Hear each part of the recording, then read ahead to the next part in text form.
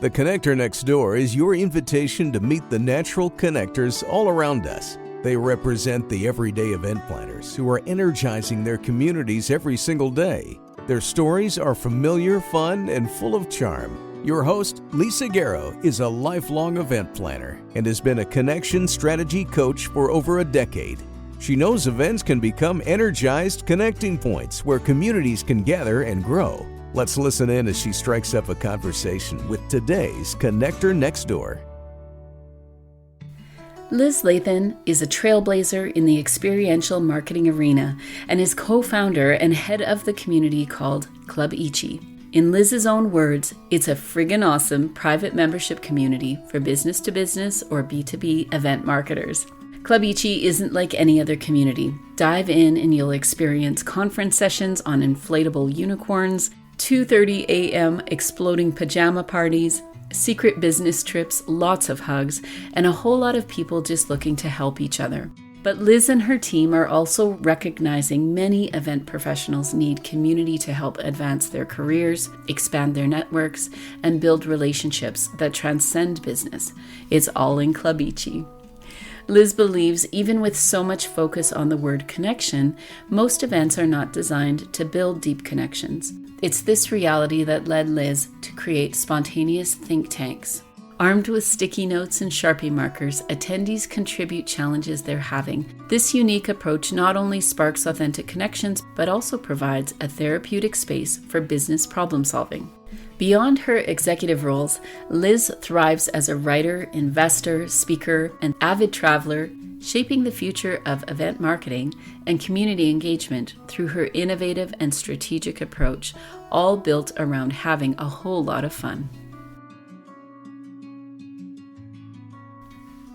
Welcome everyone back to the Connector Next Door and to another special conversation, really energizing conversation with an incredible connector, somebody that knows everything you need to know about event engagement. Liz, I love what you're up to. I love how you're bringing fun back to the event planning process. So glad that you're here to have this conversation with me. Oh my gosh, I'm so excited to be here. This is going to be fun. You are living and breathing connection. At the heart of it all, if you could tell us what it means to you, what does the word connection mean to you, or what does connection mean to you personally? Well, I think, for me, it goes back to the very beginning. I'm an only child. I've never fit in anywhere, right? I grew up with all the adults and I went to the adult dinner parties. And so I didn't fit in at school. And then I didn't ever fit in at the adult dinner parties because I wasn't an adult. And so it's that seeker mentality of always trying to find where I belong. And so I think for me, connection is helping people find where they belong. Ooh. I just want to sit with that for a second and chew on it just a minute. What was that like for you to kind of navigate that? Did you find it a thrill and an adventure, or was it more so like this is something you just have to deal with because you just feel like you don't belong? No, I think I still carry it today. Like it's always a challenge and will forever be a challenge. And so I, look for things to join, and when I don't find them, I try to start my own things to join. And then I get really sad when people don't join them. And it's hilarious. Torture. But what you're creating is something, and we'll get into that in a little bit, but what you're creating is something that seems to really be resonating with people, probably that felt very much like you growing up and feeling like there is that sense, and probably less so even back then when we didn't really talk about belonging, or we didn't talk about the cliques at school or the cool kids or whatever it was. Like, where is our place? And I don't know if we had it better or worse than the kids do now, because there was no source of connection outside of leaving your house, right? So you had to go physically to places. And now the kids can be connected, but then they're also connected with their disconnection because they see the other people doing things on social that they weren't invited to. And it was already hard enough when you didn't get invited to the friend's birthday party, but now to see it on social, that who all was there, that's even worse. So I'm kind of like, I'm grateful that I didn't have that to contend with as well. You know what? It's so true. And I love what's behind you. And for those of you that can't see Liz, there's a little, beautiful big sign behind you that says the Community Factory. And And even that, like, I just think the whole idea of it being a factory is that it's a testing and retesting, and it's giving out something that others can hang on to or claim for themselves, or maybe Yeah. even a version of belonging that makes sense for Yes. us, no matter maybe what age or what industry or where we're coming from. But can you tell us maybe a little bit about the community factory? How have you Yeah. kind of come to that place where that actually is now an expression of belonging? Well, and the idea around the name was that, once you systematize and process something, you can spit them out again and again. And it's possible to scale the idea of community to different companies. And, there's three types of community. There's communities of purpose, communities of practice, and communities of product. So the purpose are like your nonprofits or, something that has a reason to exist. Hmm. Practice are the professionals getting together. Think of associations. And then product is, user products or groups that are rallying around it. And so when you look at those, you just kind of take the system of this is what community can be and go apply it there. So that was the idea. But to your question of where it really came from, I again look back to my childhood, and these are only things that I've realized recently. As an only child, I did get to travel a lot with my parents. My dad did international Mm. business, and so every summer we go to another place. So we go to Europe and we travel around, and we stayed with the families that he worked with. We were Hmm. in their homes and we're meeting their families and we're cooking dinner together, and they're sharing their traditions and their favorite places in their town. And so I kind of grew up with this family feeling hospitality everywhere I went in the world. And then you kind of grow up and get out of that and go into corporate, where you can only shake hands with people and have dinner at Morton Steakhouse, and you lose the familiarity that Mm. exists in the world. And especially now, as things have just super corporatized, there's this barrier. And so I fell into events from being a journalism major, just because I got in PR, and the events came with PR, and that was really fun. And I was like, wow, there's this opportunity to create a moment that brings people together. And so I thought that was my path, and I truly embrace, believe, and love to this day that events are the way you bring people together, whether it's in person or virtual. You can bring them together. But on my career of corporate and then agency, I started realizing that everyone is building these beautiful boxes for people to go into, but no one's taking care of the people once they get inside that box. What do the people do? Mm. We just expect them to be ants in an ant farm, and you come in and you know exactly what your role is, but people don't. Introverts, extroverts alike, they need to be facilitated, shepherded, held, wingmanned. They need to know what's happening. So the community factory was created to take care of what happens inside the box. So Oh, we help people with their events to figure out attendee engagement and the journey that people are going to take. And I don't mean the journey from what's the content they're going to go to. I mean the journey from when they walk in the door, are they welcomed?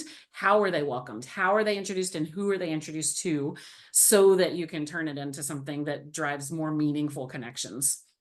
So that's really it. the idea of someone coming into an event, and they're coming with all sorts of things, expectations and backgrounds and perspectives on what this event is going to be or who might be in the room. And as you're talking, I was thinking, I don't know if you remember this, but years ago somebody started a business where they were like a professional friend, or a Yes. professional for your Wingman. wedding, a wingman, or it would be Oh somebody yeah. that actually sits in your bridal party. And I thought, isn't that brilliant? As somebody that I've always had trouble, who do I hang with? I go to a lot of events alone, even though I've been in events Yeah. all my life. And it just feels like what you're creating is a ready-made, intentional Right. connection for somebody where you've thought through who are they, what are they coming to experience, and it's not like a broad brush, I'm sure. What is the emotion that they're coming with? What is their expectation? What are they trying Yeah. to get out of their life or their world or out of this experience? And then Yeah. seeing how do we orchestrate a better experience, something more meaningful for them. That is such a fantastic space. You must have so much fun. We have so much fun. And it's so simple to come up with some of these ideas that don't cost a lot of money too. It's just thinking Hmm. about it. Like when you go to someone's house for a dinner party, you knock on the door and they open the door and they take your coat and they offer you a drink and they introduce you to someone else who's there, so that they can go back and finish cooking or whatever. And yet we throw these big events and we just expect people to walk through the door and then find their way. Why is there no one there greeting them? Why are the people behind, well, even worse, there's not even people behind the registration desk anymore. It's all touchless. So you Yes. literally walk into a space and don't see a single human. Why are we doing that? Like, turn that Mm. into this crazy, amazing promenade where there's people right there saying, make the exhibitors stand out there and welcome you. Like, have something where it's more fun. Well, it's like that when you say make them do it, because I think sometimes until we have evidence, right, that it actually is worth our while or it's worth somebody's time or worth the money or whatever, right? We need to see people doing it, and there's competition. I know we all Mm, say that we're in this together and all those other great things, but can you share right. with us maybe some of the experiences that you've created and how you're seeing people respond to them? Because not everybody is probably there for the game quite yet, but It's true. yeah. Yeah, we often get told that we're living in 2035, so we're a little bit doing some crazy things. And it's like, that's okay. I mean, people need something to kind of look forward to. So come join us, come play Totally. with us out here. Yeah, we do ridiculous things. We did the world's first secret business trip back in 2019, where we invited 80 experiential marketers to meet us at JFK Airport, bring a passport, pack for 6 days, and we told them nothing else. And when they got on site, we revealed that we'd chartered a plane to Tuscany and whisked them away for a 6 day adventure of Wow. spontaneous think tank content, truffle hunting, pasta making, vampire hunting, like extravaganza. So, Wow. because we believe that you can think outside the ballroom. And our whole premise around that event was proving that you could do a small, intimate event, did not have to be in a corporate way, and you would make connections and do business just the same or better than if it had been in a ballroom. And so that's what we did. And that trip was in 2019. And since then, amongst the 80 people on the trip, they've done over $60 million in business together with Wow. each other. Like, it's crazy. So yes, when you Wow. get people out of that cheese cube networking activity, then you can actually build connections. Well, and it must be something for you because I can imagine when those connections start sparking and Mm. you It's fun to almost, and see I it. don't You want can to, see it. you can see it. And I can imagine that when you're kind of stepping almost away from the room or away from the plane or when people are back on the ground, it's still brewing, right? Like I'm sure the connections and even the revenue that they're generating and Mhm. businesses that are starting or whatever is going on, Yeah. it like you've almost created this beautiful monster that just has its day, right? It's able to Yes. get out there, do the thing, and Yeah. you have had your spot in that movie where you're able to just say this was our key part. Now, how do you replicate that, or how do you Mm. take that to other groups where you're saying this is what we're not just saw happening, but is happening Mhm. because of what we've done or what we put in motion or this surprise that happened. Yeah. What is that like for you to engage with others and just say, because you don't always know what the result might be. Yeah, well, I mean, but you know that you're either aiming for connection or community, right? And so Hmm. if you can, we call it the 5 C's of connection. It is care, collaborate, co-create, converse, and connect. And most people throw an event assuming that you will create connections, but that's the fifth C. You can't Mm. jump to it. You have to do the other ones first. And the first one is care. And that means both you as the event professional putting on the event have to care about the event. If it's not fun for you to plan, if you wouldn't want to go to the event, you've failed. That energy that you're putting in conveys right through to the attendees and they can feel that. If it's the most boring corporate event ever, it's going to be the most boring corporate event ever. But if you care and if the attendees feel cared for, that's the first one. The next one is to collaborate. So, where are the opportunities for you to bring people together to share ideas and to start thinking of ways that they might work together, which leads into co create? How can they actually co create something where they are truly bringing themselves together to do something? And then converse, because now you've got to do this in conversation. It's not, it doesn't happen in monologue, sitting in 28 breakouts and major keynotes and listening to the company president for 45 minutes. That's not the conversation that people are there for. If you can watch all of the content from your event on YouTube, you failed. People flew there. Do something, let them talk to each other. And then once they get through all of that, then they're connected. And so, and then you can even call it, if you want to take it further, those 5 C's are community. Because what inevitably happens once you get to that connection part is that people say, wow, I've never been to an event that made me feel like this. How can we stay in touch? I feel like I have a new family. How do we keep it going? And that's where community comes in. Beautiful. And then a release. Like I think sometimes as Mhm. planners, we're very keen on the control around what happens in the room. How do we measure that? What is that ROI for our board? Um, Things that we can measure, things that we can sort of put in a box. And Mm-hmm. traditionally, I think that has been easier to report on. Mm-hmm. When we talk about something that like, and I love when you're posting on LinkedIn and you say, what if? And a lot of the what ifs are just not just way out of the box, but they could be reasonable ideas that you could be adding Mm-hmm. to something, the whole idea of connection or getting to that point of connection at an event. Yeah. What is so intriguing to me is that there seems to be some kind of a transformation or a shift, I guess you could say, in the events that are being planned now, or at least the discussions around events now. And I have a feeling that it is almost more attendee driven or Mm. Oh, guest yes. driven, so they're Mm-hmm. looking for something different or more. Do you find that it is more the planners that are kind of putting it out there, or are people just asking for this, or they're not satisfied with There, how yeah. events have been happening? So yeah, what are you seeing out there as far as that transformation? Because there's a lot of talk now about engagement at your Yeah. events, like deep engagement. Well, there's a huge supply of excess events in the market right now, and there is a lack of demand for the people wanting to go to them. Their budgets have been cut; they've been laid off. They can only pick two events to go to, and there's 72 that they have to choose from. So attendance is down, and so now the events, the people that are putting it on, all the producers are having to say, how do we make our event the one they pick if they can only pick two? And so they're Mhm. finally having those conversations, and they were just resting on their laurels, right? Like, okay, when we came back from the pandemic, people wanted to go to events and everybody was going to everything and it was amazing. And this is how it's going to be forever and ever because we're in person again. But no, we now have event fatigue. There's just too many things. The sponsors are tapped out of money. They can't keep paying for every single one of these. And so now people are waiting to the last minute to register because they want to see who else is actually going to show up before they register, which is a huge problem for event producers. So the event producers have to start earlier. Why is our event different? How can we get people in earlier so we actually know who's going to show up? So I think it's driven by both. It's out of need from the event producer and it's out of desperation from the attendees. I think it's, if Yeah. Well, and I'm going to probably fly somewhere, make it worth my while. exactly. And sponsors and partners too, right? Because they're Mhm. also dealing with maybe challenges around who are their new customers, what are their customers Yes. wanting. They're trying to figure it out, and to have somebody like you or a team like you've got together to say, well, these are things that we know are actually resonating with the people that we work with, or this is what is really going well with our attendees, or what we Yeah. know to be true for now, and it's not Yeah. going to be forever necessarily, but where you Sure. are right now.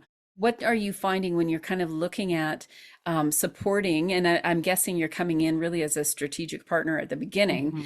of Mhm. planning events. Really. It's very hard to kind of inject it somewhere in the middle of It's your not so planning. bad, but it's ideally if you come in the beginning and look at the agenda, and it's those little things like watching your attendee behavior and seeing that if they've been going all day for an event, it's by 2 to 3 o'clock that they are now going back to their phones because there's the emails are coming in, the Slacks, the WhatsApps, they're catching up. And so now the second half of the day, they're just on their phone doing the stuff that came in the first half of the day. So why are you just putting a 15-minute networking reception or networking break at 2:30 in the afternoon? Why don't you make it a 45-minute co-working break and give people time and space to go Mm, catch up from the morning so that they can come back to the rest of the sessions and feel like, okay, I caught up and there's no pressure to network. It's not a networking break, it's a co-working break. Sit down, plug in, get the things done, now ready to go for the next one. So little mhm. tweaks that if you can give attendees that opportunity. So they're not skipping out on sessions because that's what they're going to have to do if you don't do that for them. They're just not going to go to the sessions. They're going to take care of Right. business.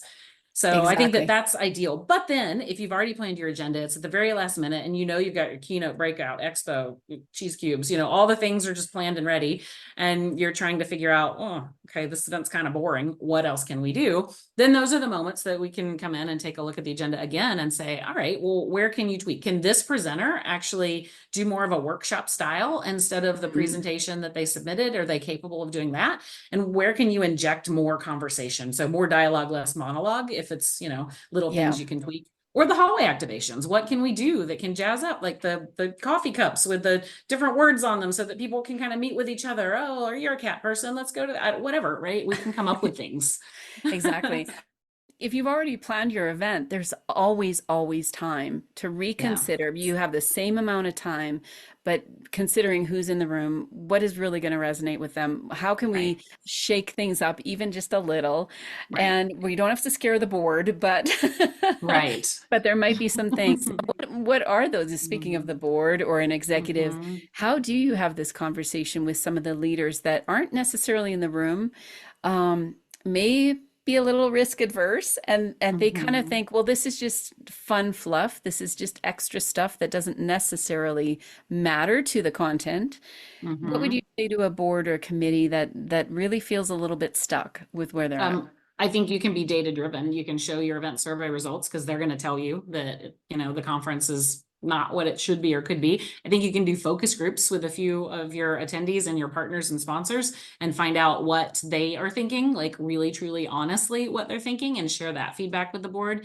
And then I think that if you bring the board into the brainstorming and tell them the why, like, here's the thing, we have less attendance this year than we had last year, and people are telling us that they actually only need to come every other year because it's not that life altering for them. So Mm. what are the things we could do? Bring the board into the brainstorming session, and like, we're going to come up with 42 ideas together, and we're going to pick one to change. And we're just going to do that this year, baby steps, right? We don't have to implement all 42 of them, but let's get the board to, you want them to be emotionally engaged. And with your company, is it loyalty? Is it NPS score? What is it that you're trying to drive? And then design those activities around it. So I think that, Hmm. engagement is a word much like community or experiential, that just, it's an amorphous blob of a word that people are Yes. assigning a definition to without trying to identify how they should Mm. define it so they can measure it. And I think that also supports the conversation you were just encouraging around bringing the board into brainstorming. Because I've also worked with some people where even the word brainstorming, they're like, nope, Yeah. I'm out. Like Yeah. Right. this is not my world, and I'm just not interested. You guys Yeah. brainstorm and you give me, top 10 or something like that. And this can be any event, right? So those that are listening to this podcast, it might be small events, it might be community events, but it might be some of the large events that have been in motion for years and years, and more on that educational, Yeah. cognitive side. Um, I would love to, if you have any suggestions on where a planner could start, because sometimes, again, we're kind of throwing out some big picture ideas here too, but what would be something that you would suggest that if they wanted to get started, and I love, again, kind of that community factory, that if they can see their team or their volunteers, or maybe they call you first, maybe that's the first step. But when they're starting to work with a team, it is a bit intimidating to start to shake things up a little bit. What would be Yeah. a first step for them where they could just engage just Yeah. a little bit at Well, the beginning? so if it's on the brainstorming front and you're trying to get a team together to try to push things forward, Sure, there's this yeah. really cool tool. It's called the Innovator's Compass, and you can Google it and find it, and it's free. They show you the map, and it looks like a compass, and you work your way around it. So you kind of start with what is happening right now. What's the current situation in the first quadrant, and then the observations, like how are people feeling and what's going on in their world, and then you move over to the ideas. Like, this is the brainstorm part. You've gone through this piece. What's the crazy fun, wild, out the, like, we're going to put the CEO in an Elvis suit and push him out of an airplane, kind of like crazy ideas.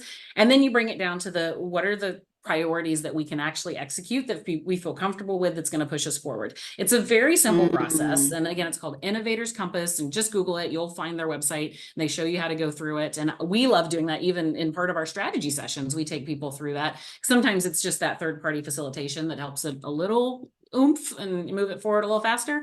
But it's just really simple and very accessible. Having tools like that, I think that's so important for all of us when we start to explore something that's a little bit outside of our comfort zone or something we haven't done before. For myself, it's always, I want to be responsible to the process, right? Like, I don't want to Yeah. lead somebody off the track and then somehow, especially with the consequences of an event, you want to make sure you're taking care of people. And I think care was your first C. Mhm. You got it. Make sure that we're taking care of people first. So I love that. I love that there are some tools out there that people can be using and that they've been tested tested by Yeah. professionals like yourself. Well, I'll share one more for you as you're building. It's Please. kind of a blueprint for building your events. So back in 2021, we did this year-long research study because you kept hearing that 95% of decisions are emotional. They're made emotionally, right? So great. What emotions? They didn't ever tell us that in any of the research. They just said that they're emotionally driven. So we did this research study to try to figure out which emotions actually drive connection that drives business. And Mm-hmm. our theory was it was happiness. So we came in saying, if you Okay. can make people happy, you're going to create the connections that will drive business. What we found out was it was not happiness. It was, it's 5 emotions. And we use the acronym HAM because we say emotions bring home the bacon. So it's hopeful, active, accepted, adventure, and motivated. So those 5 emotions, if you can evoke them during your meeting, so use it as a blueprint, right? So are you providing content that's going to provide hope for a better tomorrow, that they're going to leave this event feeling like they have something to go implement and they feel hopeful? Active, did you do things that made the attendees become an active part of the conversation of the organization? What did they actually get to do? It doesn't mean you have to put in a wellness program. It's not about yoga. It's about making them an active part. Again, dialogue over monologue, right? Accepted. When they walked in the door, were they welcomed? Did they know they belonged? Did you make sure that no one was standing alone at the networking party feeling left out? Adventure, like you said, with the big inflatable rock climbing wall or whatever, they don't have to do it, but watching other people take an adventure is just is exciting for a lot of people. So give some sense of adventure. And then motivation, make sure that they actually have an action to take when they leave. And it could be the call to action of your sales team reaching out to them, but giving them the Yep. reason to want to answer that call. So what are they motivated to go do?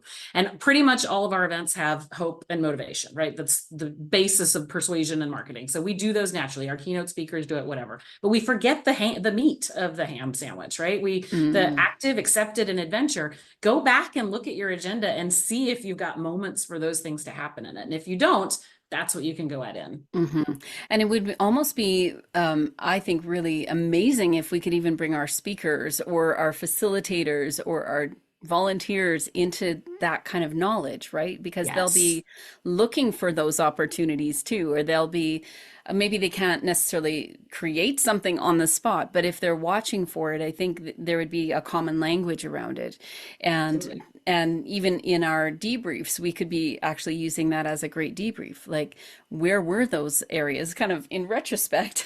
Well, and ask it on the survey. It's 5 simple questions. Like, after this Yeah. event, did I feel more hopeful or hopeless? Did I feel Mm, more motivated or, just you can make the scale and find out where you need to shore it up for next year. that's amazing. And you have created your own community, which I think is just such a perfect example. You've created your own example of what you do, sort of for others as well. Tell us a little bit about the club that you've created and why that is so important to you. It just feels like such a foundational part of what you do.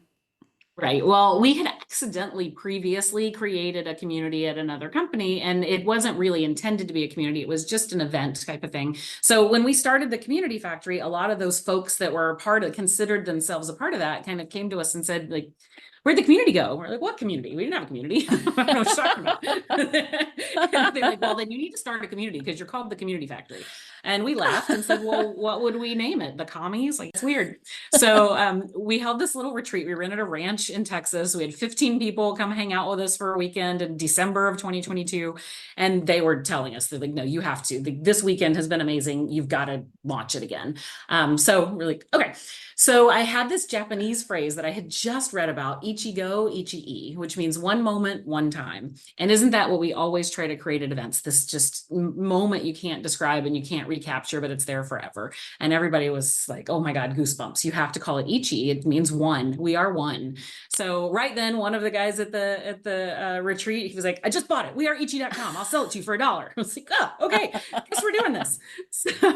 So we kind of put the word out that we were launching the community and pretty instantaneously got 500 people to sign up and say, yes, we want to be a part of this. And we were like, all right, we're on to something here. So it was just intended to be a little fun thing. We do some Zoom gatherings and then we really did have the strategic conversation with ourselves and say, I mean, we're doing this for other people. We should have a proof of concept. We should put some oomph behind it and show people what we believe year-round community can and should look like in our way. anyone that hires us to help them with their community is not going to want to be as insane as we are, but that's okay. It's our playground. We can try things out and tell clients if it works or not, before we go do stuff. So that's what we do and did. And now we're over 5,000 members, and it's called Club Ichi. You can find us at weareichi.com. And we're doing more content and media and fun, crazy stuff. And you just got to come hang with us. And so who's in the community? What kind of people would say yes and are Yes. loving it? It's targeted at B2B event marketers, and that doesn't mean we don't have association folks. It just means that the conversations are a lot more around that pipeline revenue, account-based marketing type of conversation, but there are definitely still other event-related conversations in there. So it's the B2B event marketers, the solopreneurs and freelancers that support corporate and association, and then the ecosystem of event suppliers that make it all happen. Amazing. Can you explain what a B2B event marketer is for Sure. those that are listening? Yeah, so we kind of view it as the B2C side, or those big experiential activations, business to consumer, doing festivals, doing hospitality events, doing social programs, weddings, that type of thing. B2B are the folks that are business to business. So they're doing corporate events for tech companies, healthcare, fintech, finance, pharmaceutical, all of those types of folks. And then again, we do have a lot of the associations that are managing doctors or insurance industry or whatever, because they're on the business side of things, not the social consumer side. I will say we do have a couple of the consumer folks that kind of pop in, and they're amazing because they get to be really creative, and we can learn so much from them and bring that over to the B2B side. So we love to get inspiration from all over. And the ones that are engaging, and probably you're 5,000 strong, so people are bringing each other to. Yes. So what are you hearing from the community? What are they loving most about it? Well, we kind of scratch our head because they keep saying that they absolutely love what we're building and they love what's happening, and they can't find this anywhere else. And we're like, well, what do you love? What can't you find? And they're like, this. We're like, well, define this. They can't define this. So we'll just keep doing what we're doing. I went to Texas A&M, and we had this saying that from the outside looking in, you can't understand it. From the inside looking out, you can't explain it. And so that's kind of the feeling that we have, which is why we call it a club, right? You feel like I'm in the club. And when I'm in the club, I'm in the club. So it's Club Ichi. And really, this can be from anywhere around the world. So people that Yes, are we're global. listening. Pretty solid contingent out of Europe. We have, I think, 7 out of Australia, which is time zone challenging, but we love them. So do you actually do activities and things within the community? What are they getting when they join Club Ichi? Yes. Okay. Well, so I'll give you one more framework. We call it the 5 S's for community. So it's the show, the site, the series of gatherings, the sounding board, and the shareable moment. This is the framework we use when we help people build their communities. So it's the framework we use to build our community. So the show, we do a monthly web TV show called That Show, which stands for The Hub for Amazing Things. And that just keeps people updated on what's happening in the community, gives us the opportunity. We run it like a news show. So it's like legit produced by a fellow Canadian of yours, Arthur Karakash. I don't know if you know him. No. He does incredible work and makes us look super legit. So that's the show. The site is the Slack channel. We've got almost 1,000 people in the Slack channel now that are super active, asking and getting just constantly. We chose that over like a community platform because it's not intended to be a place where things live. It's intended for, I need help. I need an idea. I need a connection real fast. And the people are just there. And since it's mostly corporate, they already have Slack anyway. So it's like not another cognitive switch to go somewhere. The series of gatherings, we do these monthly online Zooms called a sounding board. So we kind of combine sounding board with that one. But there's small groups. A member submits a question and we just get on a Zoom and solve that problem. And so that's kind of the everybody can get in it thing. We do something called Ichi Academy, which is community members teaching community members. And we've had everything from how to build out your 12-month event portfolio, how to scale your field marketing team, networking for introverts. We have one coming up, I think next week, that is like tax tricks for solopreneurs. We've had event measurement conversations, so all sorts of stuff. And they're all on demand too if you don't join them live. So those are some of the gatherings. We also chartered a yacht in Croatia. It's our barefoot business retreat. Oh, I love And that. then the sounding board, like the legit sounding board, we do have a small group of people that we count on to give us the guidance and direction. And are we on the pulse of the industry? What else is happening out there that we're not seeing? What's everyone bored with? What do we need to move? And then Mhm. the fifth S is the shareable moments. And that's where we take the stuff that's happening inside the community and share it out in short bursts. We take the people inside the community and try to make sure that they get placed as, on other people's podcasts, and we want to elevate their voices. So that's kind of how we pull it all together. I love that. So what are you seeing when you talk about the trends in the industry and what's coming up next? What are you seeing? Well, there's trends and then there's things people feel like they have to talk about, right? So Okay. like people have to talk about AI. Is it a trend? It's not really a trend. It's a thing. It's there. It's a topic of conversation. Let's say that. Sustainability is one that's so interesting because it's Huh. like it's gone away, it's come back, it's gone away, it's come back. And now I feel like we're hearing more and more people talk about it again, which is great because it's really getting hot outside. So I would love more conversations to happen around that. I think that right now the two biggest trending topics are I got laid off. How do I find a job? And Mhm. where did all the jobs go as a part of that? And Right. then the second one is my whole team got laid off. I'm left behind. How do I do Mm. everything because they didn't pull stuff off my plate? And so how do I Wow. scale myself within my company? And that Yeah. is the current stressful trend, especially as we come into the fall where people are like, oh my God, all the events are on top of each other. I'm a smaller team than I used to be, doing more with less, yada, yada, yada. Hmm. And that has been probably, I hate to call it a trend, but since COVID, everything kind Yeah. of flipped upside down and got shook around, and now people are trying to find their way. Yeah. And, the mental health and wellness consequences of, things that we couldn't control, but then Right. we're still, I think, recovering from that place of now 100%. what?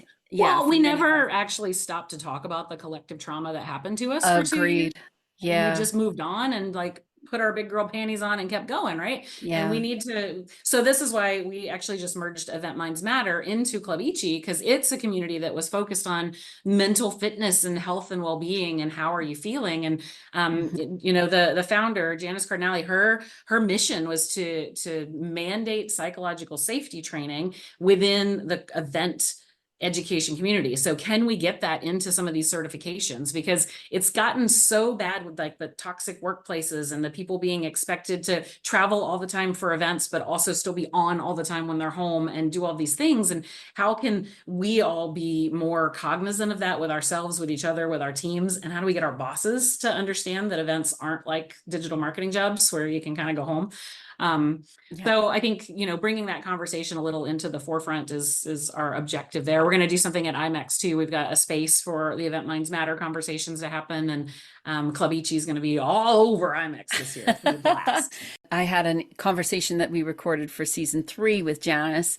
So Mm, for those of you that are listening and want to listen in exactly what Event Minds Matters is all about, you can check out on season 3. It's so important, I think, for many of us. And I love how you're saying we just didn't have time or we didn't take the time correct. to be honest about how we were feeling. And I grew up where it was make hay while the sun is shining. And Right. you just do the work and you do the work and you Right. assume somewhere down the road there's going to be a breather space or you're going to have time to process or, Right. and for many of us that hasn't happened. We haven't Right. really had that break. I took 2 weeks to camp and kayak and be on the water and I didn't Wow. really I took all my stuff, right? Everything I had my laptop and I had everything I was going to work while I was out there and it was more of a break than I anticipated and or more disconnected than I thought.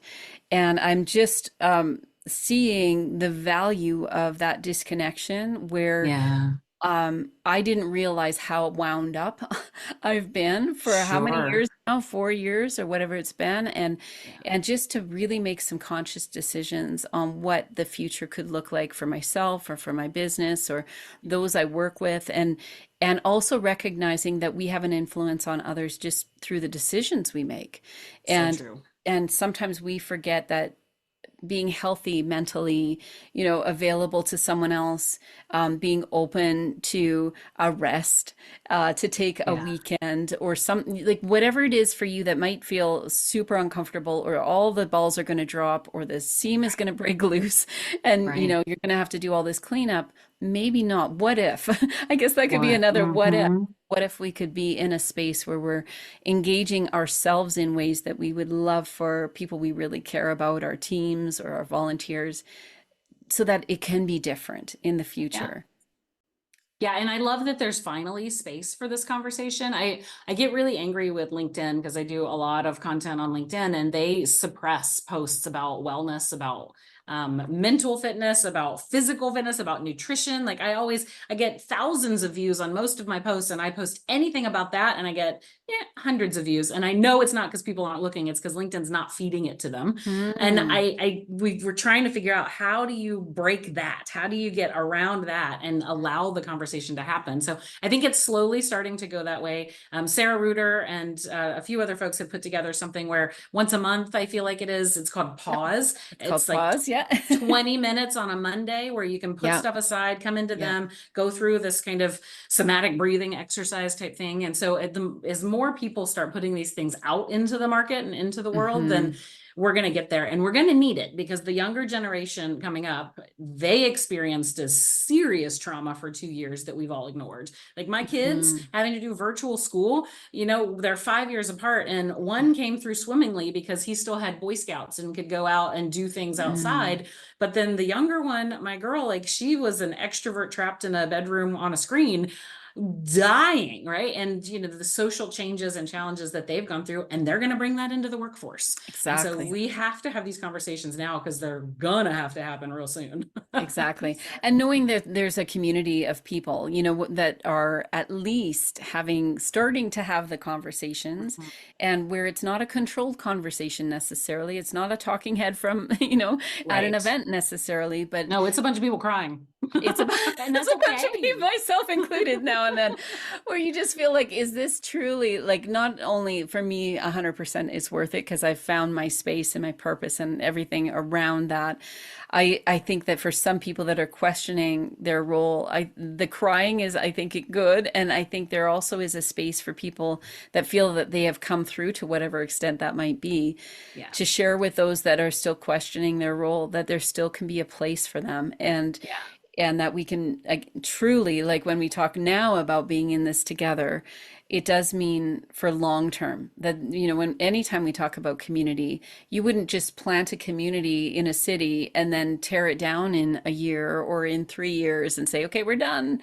There really is this beautiful expression of continuity and continuation, I think, is what you're talking about, that it'll just continue to grow, which is so beautiful. I'm so glad that you're in the world and that you've created what you have. And thank you. And I'm sure that as you move into different iterations of what this community is going to be, that it's just going to get bigger and better and more valuable for those of us that are out there that are planning and promoting events, and we're just not sure where to turn. This is probably a great first start to just join the club. I would love that. And save the date, 2026, we're bringing back the secret trip. So, Ooh, let's start nice. the FOMO now. Okay. So if somebody wants to continue this conversation, get a hold of you. I know you named a couple of websites, but if you could maybe just tell them where to start. And I'd love for them to get in touch with you. Liz Lathan on LinkedIn, and I'm on there all the time, every day. So that's a great place to start. And then jumping into the community. And so again, we are Ichi, ICHI.com. Once you join the community, you'll get an instant email to join the Slack channel. And I see everyone that joins the Slack. So you can catch me there, and I can say hi there too. Let's just hang out. Thank you so much for taking the time. This has been so inspiring. And I'm sure for those of you that are listening, listen to it a few times and make I talk too fast. I'm sorry. No. Because there was so much great meat there. And I think even if you just take one of the tools that Liz has shared with us today and start there, that would be such a fantastic way for you to influence your team, maybe find new ways of doing the events that you love, maybe shaking up some of those events that aren't working, and giving yourself space to grow and just breathe into it. Thank you again, Liz. The Connector Next Door podcast is produced by Candy Event Consulting, where everyday event planners and their teams gain clarity, get connected, and grow in confidence. Subscribe at www.candyconsulting.ca to hear visits with everyday event planners who are putting connections first.